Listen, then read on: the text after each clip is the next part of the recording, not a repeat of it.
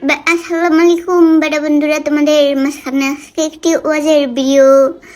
আর একটি মহিলা বন্ধু অনুরোধ করেছে যে একটি ওয়াজ বলে দাও, আর জামাই খালি বাইরে বাইরে থাকে।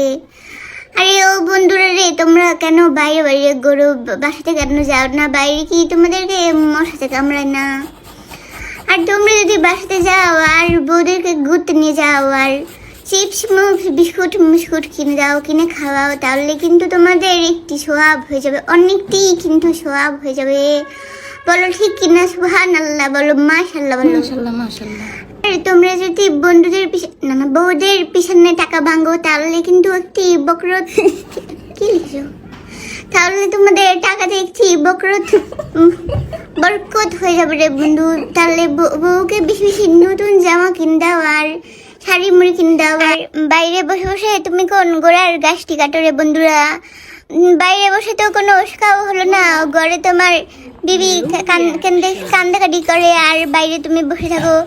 এখন